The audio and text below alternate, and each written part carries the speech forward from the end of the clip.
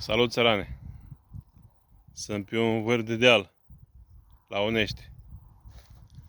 Nu-i nimeni aici, nici naiba.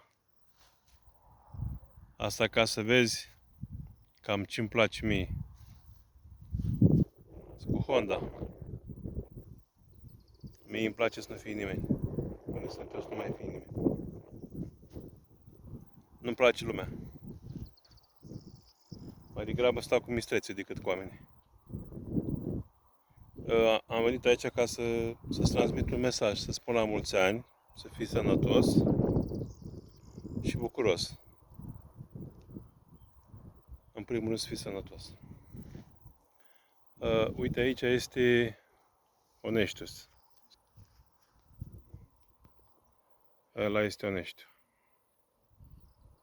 Și aici caut să cumpăr un teren. Cred că sunt mistreți, șacali, căprioare. Nu mă deranjează absolut deloc. Dar e foarte răcoare aici. Foarte multă răcoare.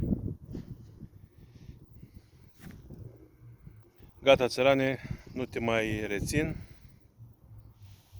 Cum mă spuneam, nu știu ce făceam eu la 21 de ani. La 21 de ani, cred că plecam la facultate, la București, la Politehnică. Cred că asta făceam la 21 de ani. E o vârstă foarte frumoasă. Să ai grijă de tine, sănătate și ne vedem.